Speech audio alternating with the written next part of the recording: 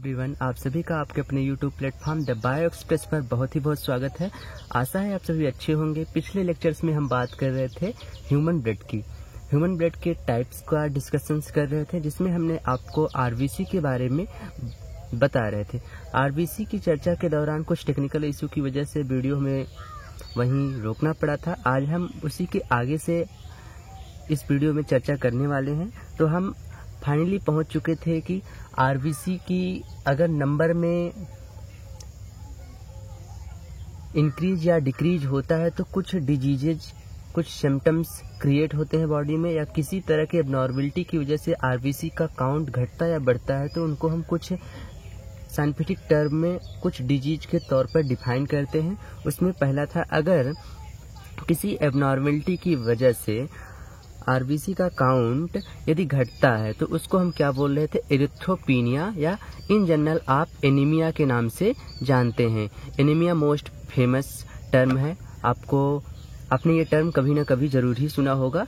तो एरिथ्रोपीनिया या एनीमिया में क्या होता है, आपका ब्लड आरबीसी काउंट जो होता है वो घटने लगता है। आगे हम बात करने वाले हैं, यदि आरबीसी काउंट इंक्रीज कर जाए, किसी ऐसी कंडीशन में यदि आरबीसी काउंट इंक्रीज करता है तो उसको बोलते हैं पॉलीसाइथीमिया।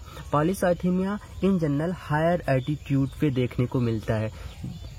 जब कभी आप पहाड़ी रीजन में 2-3 महीने के लिए रुक जाएं तो आपके बॉडी में नंबर ऑफ आरबीसी इंक्रीज कर जाता है, हाईली इंक्रीज कर जाता है, जिसको इस कंडीशन को हम क्या बोलते हैं, पॉलीसाइथीमिया बोलते हैं। ऐसा क्यों होता है, हायर एल्टीट्यूड पर एयर प्रेशर कम होता है, वायु में ऑक्सीजन का पार्शियल प्रेशर घट जाता है, जिस वजह से आपको सांस लेने में परेशानी होने, ब्रीदिंग करने में डिफिकल्टी फेस करनी पड़ती है, परेशानी का सामना करना पड़ता है। इस कंडीशन को एक्युमुलेट करने के लिए बॉडी एडजस्ट करती है। बॉडी के अंदर आरबीसी फॉर्मेशन का जो दर है, वो रुधिर बनने का जो प्रक्रिया है वो तेज हो जाता है, यानी कि rate of RBC formation highly increase कर जाता है, जिसकी वजह से आरबीसी का नंबर क्या होता है, बढ़ जाता है, और आपकी ब्रीदिंग रेट बढ़ जाती है। जब आप हायर एल्टीट्यूड से वापस नॉर्मल जोन में आते हैं तो आपकी बॉडी में जो आरबीसी प्रेजेंट होता है उसके अंदर पाया जाने वाला एचबी, हीमोग्लोबिन, अपनी जो डिफिशियंसी, जो ऑक्सीजन से बाइंडिंग करने की एफिशिएंटी होता है वो थोड़ा लो कर देता है। यानी तो 3 बातें आपको ध्यान रखना है। जब आप हायर एल्टीट्यूड पे जाएंगे तो क्या होगा, आपको नंबर ऑफ आरबीसी फॉर्मेशन बढ़ जाएगा, जिसको हम क्या बोल रहे हैं, पॉलीसाइथीमिया बोल रहे हैं। ब्रीदिंग रेट बढ़ जाएगा। जब आप वहां से वापस आएंगे तो आपके हीमोग्लोबिन ऑक्सीजन के साथ कम बाइंड करेंगे। ठीक है, इसी के साथ आगे हम बात करते हैं ट्रांसपोर्ट ऑफ आरबीसी का एक इम्पोर्टेंट रोल होता है ट्रांसपोर्ट ऑफ गैसेस। आप ब्रीदिंग वाले चैप्टर्स में पढ़ेंगे कि आरबीसी कुछ नहीं है, एक थैला है जिसमें हीमोग्लोबिन ठूस के भरे हुए हैं। तो क्या है RBC is nothing, it is a bag of haemoglobin, it is a bag full with haemoglobin. Haemoglobin, अगर इस टर्म से भी क्वेश्चंस आते हैं, सीधे यहीं से आपसे क्वेश्चंस पूछे जाते हैं कई बार। अगर ऑक्सीजन हीमोग्लोबिन के साथ बाइंड करता है तो उसे हम बोलते हैं ऑक्सी हीमोग्लोबिन। ये तो सब सही कर लेते हैं।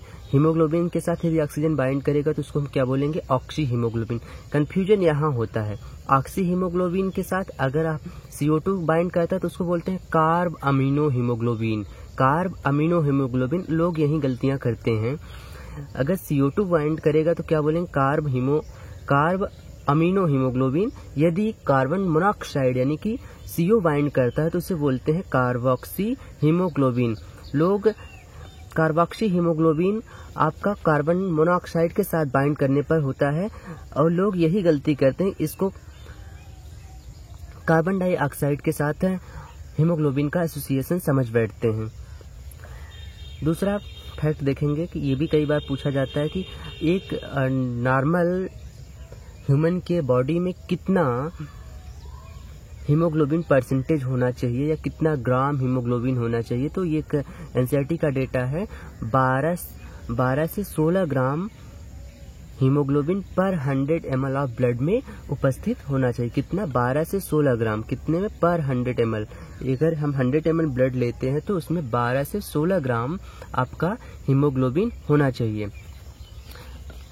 अच्छा, ये जो मिस्टर हीमोग्लोबिन है वो किसको सबसे ज़्यादा पसंद करते हैं? मान लो मिस्टर हीमोग्लोबिन को 3 चॉइसेस मिलती हैं किसी के साथ रिलेशनशिप बनाने। मान लो ये 3 गर्ल्स हैं, मिस्टर हीमोग्लोबिन को चॉइसेस दी गई कि आप जाइए अपनी मर्जी से चुन लीजिए जिसके साथ आपको रहना हो।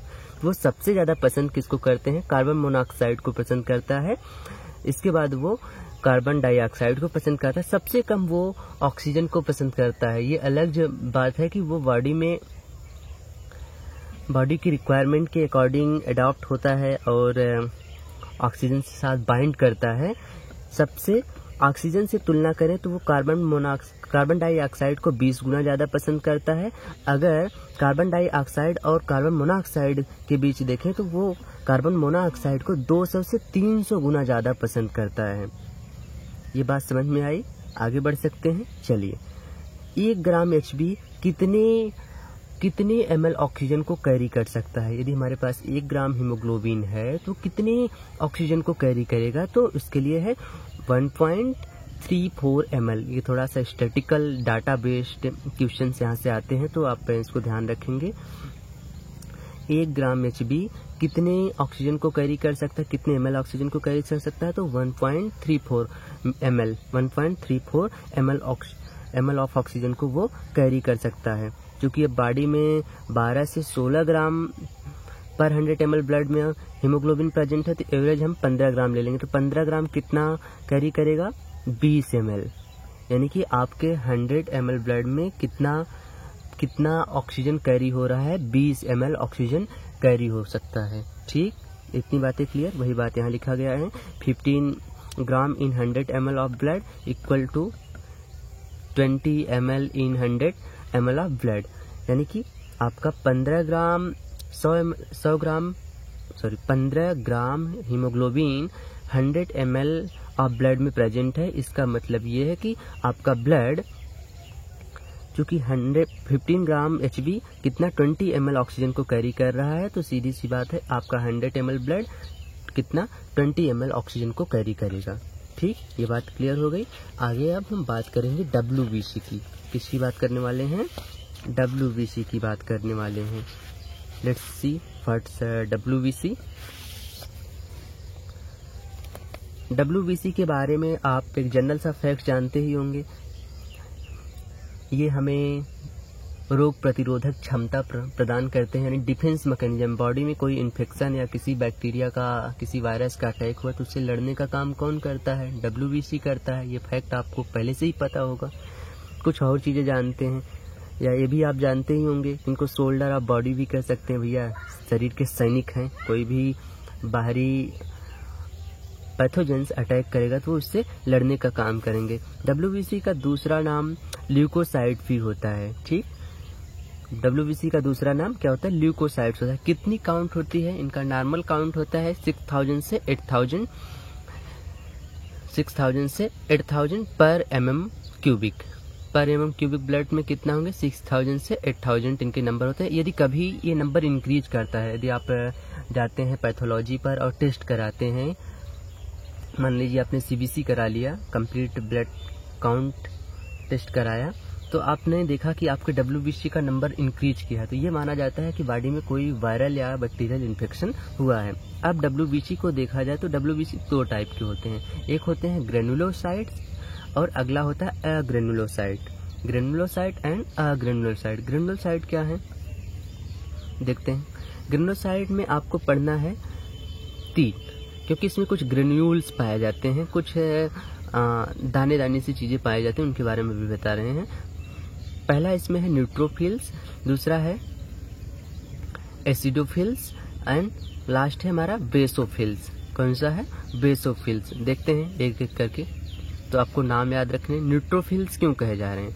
न्यूट्रोफिल्स के अंतर्गत 2 प्रकार के, पहला तो इसका न्यूक्लियस और WBC में आपको न्यूक्लियस बेस भी क्वेश्चंस पूछे जाते हैं, हालांकि जल्दी नहीं पूछे जाते हैं, लेकिन मैं भी पूछ सकता है क्योंकि आपके सिलेबस में है। ग्रेनुलोसाइट का पहला टाइप है न्यूट्रोफिल। न्यूट्रोफिल का मतलब क्या है? न्यूट्रोफिल में मल्टी लोब्ड न्यूक्लियस होता है। न्यूट्रोफिल का न्यूक्लियस कैसा होता है? Multi lobed. और इसमें दो तरह के ग्रेन्यूल्स पाए जाते हैं, एक बेसिक नेचर के होता है, दूसरा एसिडिक नेचर का होता है। क्योंकि एसिड बेस दोनों प्रेजेंट हैं और ओवरऑल इनका पीएच क्या होगा, न्यूट्रल होगा, इसलिए इसको क्या बोल रहे हैं, न्यूट्रोफिल बोल रहे हैं। क्या बोल रहे हैं, न्यूट्रोफिल बोल रहे हैं। अगला देखेंगे,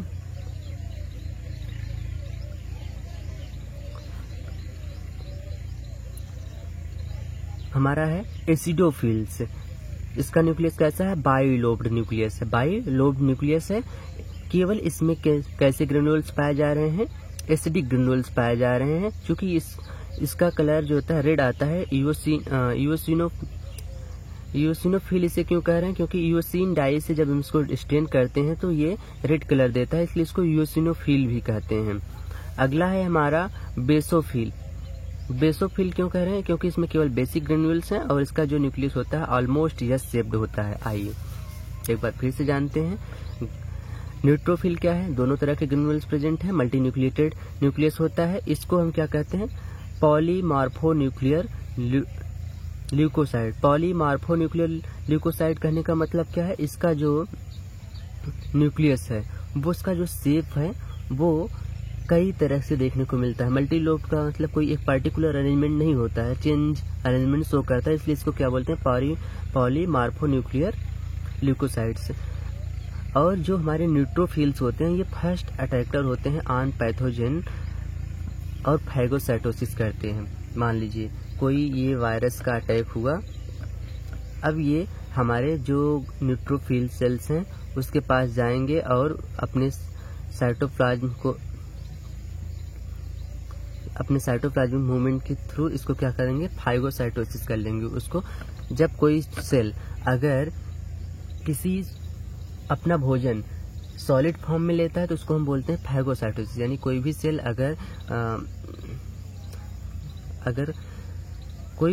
अगर अपना भोजन सॉलिड फॉर्म में लेगा तो उसको हम फाइगोसाइटोसिस बोलते हैं। अगर वो लिक्विड फॉर्म में लेता है तो उसको हम पिनोसाइटोसिस बोलते हैं। कई बार ये भी टर्म पूछा जाता है, फाइगोसाइटोसिस क्या है, पिनोसाइटोसिस क्या है। फाइगोसाइटोसिस है सॉलिड फॉर्म में अगर हमारा सेल फूड मटेरियल को इनटेक कर रहा है तो उसको हम फाइगोसाइटोसिस बोलेंगे। अगर लिक्विड फॉर्म में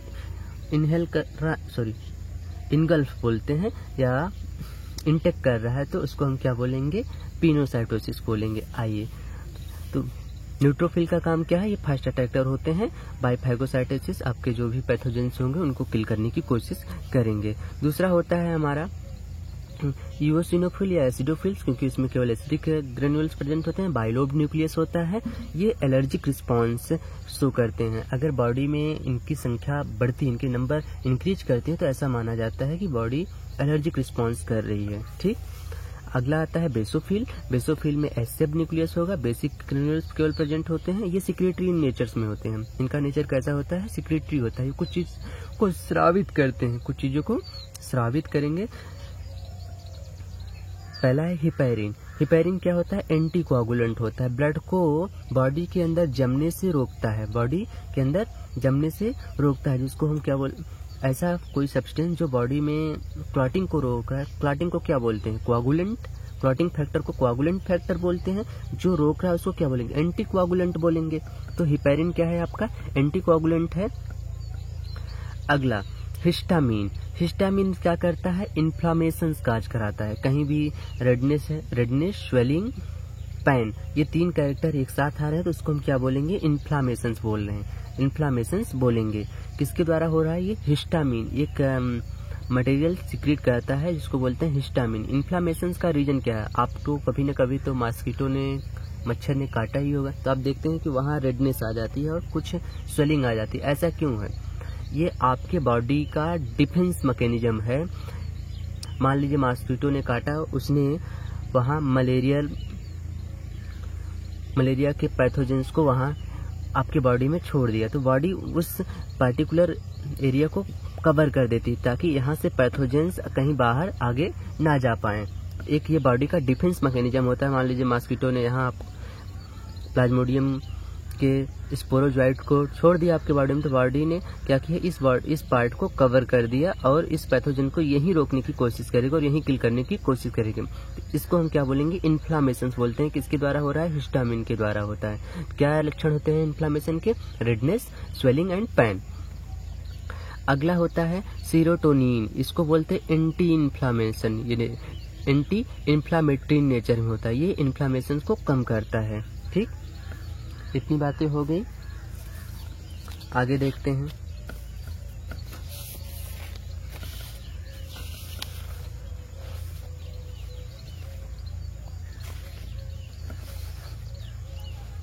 अब हम बात करेंगे ए ग्रेनुलोसाइट की। ए ग्रेनुलोसाइट के 2 टाइप्स होते हैं। ग्रेनुलोसाइट के 3 टाइप थे, एग्रेनुलोसाइट के कितने हैं, 2 टाइप है, मोनोसाइट एंड लिम्फोसाइट। मोनोसाइट से भी क्वेश्चन पूछा जाता है। ये सबसे बड़ा आरबीसी होता है, ये सबसे बड़ा डब्ल्यूबीसी होता है। सबसे यानी लार्जेस्ट डब्ल्यूबीसी कौन सा है आपका, मोनोसाइट्स है, और स्मॉलेस्ट कौन सा है, लिम्फोसाइट्स है। लिम्फोसाइट्स स्मॉलेस्ट होते हैं, मोनोसाइट्स लार्जेस्ट होते हैं। जो लार्जेस्ट है वो नंबर में बहुत कम होंगे और जो स्मॉलेस्ट है उनका नंबर ज्यादा होगा, ये बात ध्यान दीजिएगा। इनका जो मोनोसाइट का जो न्यूक्लियस होता है वो कैसा होता है, किडनी शेप्ड, यानी कि किडनी शेप्ड न्यूक्लियस होता है। और ये भी फाइगोसाइटोसिस करते हैं कई बार। 2 मोनोसाइट्स आपस में फ्यूज कर क्या बनाते हैं, माइक्रोफेजेज बनाते हैं। क्या बनाते हैं, माइक्रोफेजेज। माइक्रोफेजेज किससे बनते हैं, फ्यूजन ऑफ टू मोनोसाइट्स। जब 2 मोनोसाइट्स आपस में जुड़ जाते हैं तो क्या बनता है, उससे आपका माइक्रोफेजेज बनते हैं। लिम्फोसाइट्स का अगर स्ट्रक्चर देखें तो इनमें न्यूक्लियस जो होता है बहुत ही लार्ज होता है। साइटोप्लाज्म में देखेंगे तो पूरा न्यूक्लियस ही दिखाई देता है, और स्कैंटी साइटोप्लाज्म बहुत ही रिड्यूस फॉर्म में होता है। ये क्या करते हैं, एंटीबॉडीज प्रोड्यूस करने में हेल्प करते हैं, इम्यून सिस्टम का पार्ट है। अब आगे देखिए, परसेंटेज के बेसिस पे देख लें कि कौन सा ग्रेनुलोसाइट एंड एग्रेनुलोसाइट के जो टोटल 5 टाइप्स हैं उनमें से कौन कितने परसेंटेज में बॉडी में प्रेजेंट होता है। नॉर्मली सबसे ज़्यादा आपके होते हैं न्यूट्रोफिल्स, इनका परसेंटेज 60 to 66% होता है। इसके बाद आता है कौन सा आपका, लिम्फोसाइट्स। लिम्फोसाइट्स में कितने होंगे, 80 to 20% ये होते हैं। मोनोसाइट 6 to 8% होते हैं। यूसिनोफिल्स कितने होते हैं, 2 to 3%। एंड बेसोफिल्स की बात करें तो ये होता है 0.1% के ऑलमोस्ट। आपको कई बार अगर आपने कभी ब्लड टेस्ट कराया होगा तो आपको 2 टर्म शायद पता होगी, एक होता है TLC and DLC। TLC and DLC, differential leukocyte count. ये जो आपने अभी देखा इसको क्या बोलते हैं, डिफरेंशियल ल्यूकोसाइट काउंट बोलते हैं। फिर होता है TLC, टोटल ल्यूकोसाइट काउंट। ये कितना था अभी था, आपने देखा था 6 to 8,000 था। आपने डिफरेंशियल ल्यूकोसाइट काउंट क्या है, ये आपके सामने डेटा है। अब आप बात करेंगे इसमें एबनॉर्मल कंडीशन की। मान लीजिए WBC का नंबर इंक्रीज कर रहा है या डिक्रीज कर रहा है, तो ऐसी कंडीशन को क्या बोलेंगे। यदि नंबर घट रहा है तो उसको हम क्या बोलते हैं, ल्यूकोपीनिया बोलते हैं। क्या बोलेंगे, ल्यूकोपीनिया बोलेंगे। टर्म याद हुआ, ल्यूकोपीनिया। यदि नंबर बढ़ रहा है तो उसको हम क्या बोलते हैं, ल्यूकोसाइटोसिस बोलते हैं। नंबर घटने को पीनिया। मान लीजिए आपने पानी पी लिया तो क्या होगा, पानी घट गया ना, तो क्या बोलेंगे, ल्यूकोपीनिया, कोई चीज खत्म हो रही है, ठीक है। और ल्यूकोसाइटोसिस, नंबर बढ़ने को क्या बोलेंगे, ल्यूकोसाइटोसिस। अगर नंबर बहुत ज्यादा बढ़ जा रहा है तो इसको क्या बोलते हैं, हम ल्यूकेमिया बोलते हैं। ल्यूकेमिया क्या होता है, ये टाइप ऑफ ब्लड कैंसर होता है, ठीक। ये कैंसरस कंडीशंस है ल्यूकोपेनिया। इतनी बातें सबको कंफर्म। आगे देखते हैं, आगे प्लेटलेट्स के बारे में जानते हैं। प्लेटलेट्स क्या होता है, हमने आपको स्टार्टिंग में बताया था कि ह्यूमन ब्लड को 2 पार्ट में डिवाइड कर सकते हैं। पहला था आपका प्लाज्मा, दूसरा था ब्लड सेल। ब्लड सेल को 3 पार्ट में डिवाइड किया गया था, RBC, WBC and platelets. Platelets को हम क्या बोलते हैं, थ्रोम्बोसाइट्स भी कहते हैं, थ्रम्बस मीन्स होता है क्लॉट। साइड्स मीन्स आपका क्या हो गया, सेल हो गया। थ्रम्बस मीन्स क्या हो गया, क्लॉट हो गया। इसके फॉर्मेशन को क्या बोलते हैं, थ्रम्बोसाइटोपोइसिस। थ्रम्बोसाइटोपोइसिस कहाँ बनते हैं, रेड बोन मैरो में बनते हैं। हमने WBC कहाँ बनते हैं ये नहीं बताया, वो वाइट बोन मैरो में बनता है। ठीक, किस सेल से ये डिराइव किए जाते हैं, उसको बोलते हैं मेगा कैरियोसाइट। मेगा कैरियोसाइट का मतलब क्या होगा, मेगा मीन्स बड़ा, कैरियो मीन्स न्यूक्लियस।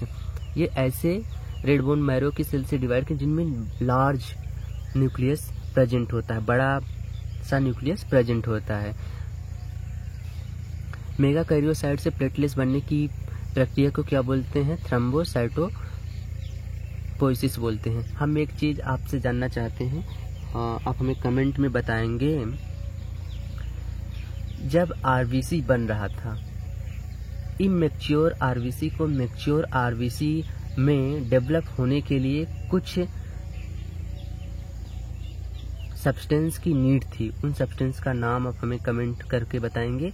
यदि वो सब्सटेंस नहीं मिलते थे तो एक डिजीज होती थी, उस डिजीज को क्या कहते हैं, वो भी आप कमेंट सेक्शन में हमें लिख के बताएंगे। प्लेटलेट्स कैसा होता है, इनरेगुलर सेल फॉर्म होते हैं, दैट इज फ्रैगमेंट, जिनको हम फ्रैगमेंट भी कहते हैं।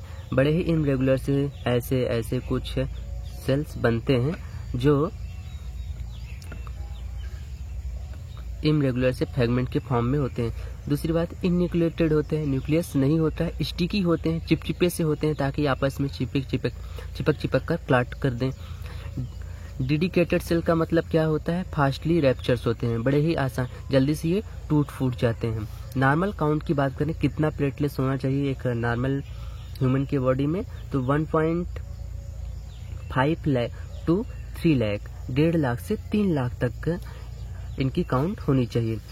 अगर इनका काउंट घटता है तो उसको हम क्या बोलते हैं, थ्रम्बोसाइटोपिनिया बोलते हैं। क्या बोलते हैं, थ्रम्बोसाइटोपिनिया बोलते हैं। यदि इनका काउंट बढ़ता है तो उसको हम क्या बोलते हैं, थ्रम्बोसाइटोसिस बोलते हैं। जैसे वहां था ल्यूकोपिनिया, ल्यूकोसाइटोसिस, ठीक है, वैसे यहाँ भी है ल्यूकोसाइटोपिनिया एंड ल्यूकोसाइटोसिस, सॉरी थ्रम्बोसाइटोपिनिया और थ्रम्बोसाइटोसिस। ठीक, इतनी चीजें क्लियर। अब इसका वर्क क्या है, क्या करने वाला है, किस में हेल्प करता है, कोआगुलेशंस में हेल्प करता है। जब बॉडी में चोट लगती है, तो क्या आपके ब्लड सेल, जब ब्लड वेसल्स टूटती हैं तो प्रोथ्राम्बिन एक होता है जो थ्रोम्बोकाइनेज एंजाइम की उपस्थिति और विटामिन के की हेल्प से किस में चेंज हो जाता है, एक second, now it is visible, okay, वापस से देखें। प्लेटलेट्स हमारा ब्लड कोआगुलेशंस में हेल्प करता है, ब्लड का थक्का जमाने में मदद करता है। इसमें इस प्रोसेस को एक बड़ा डिटेल सा प्रोसेस है, यदि आप कहेंगे तो हम इस पर डिटेल वीडियो बना देंगे। इन शार्ट यहाँ देखने हैं, ब्लड कोआगुलेशंस में एक विटामिन हेल्प करता है, विटामिन के। ये क्वेश्चन पूछा जाता है, रक्त का थक्का जमने में कौन सा विटामिन हेल्प करता है, तो विटामिन के। विटामिन के, जब आप कभी चोट लगती है तो ब्लड वेसल जब रप्चर्स होती हैं तो वहाँ क्या होता है, प्रोथ्राम्बिन होता है जो थ्रोम्बोकाइनेज एंजाइम्स के हेल्प के द्वारा किस में चेंज कर दिया जाता है, थ्रोम्बिन में चेंज कर दिया जाता है। फिर लीवर में होता है फाइब्रिनोजेन, फाइब्रिनोजेन किस में चेंज होता है, फाइब्रिन में चेंज हो जाता है। किसकी हेल्प से, थ्रोम्बिन क्या करता है, फाइब्रिनोजेन को फाइब्रिन में चेंज कर देता है और वहाँ एक क्लॉट बन जाता है। ठीक, इसके साथ आज के वीडियो में बस इतना ही। यदि आप नेक्स्ट वीडियो विटामिन पे चाहते हैं तो कमेंट करके ज़रूर बताइएगा। Thank you very much.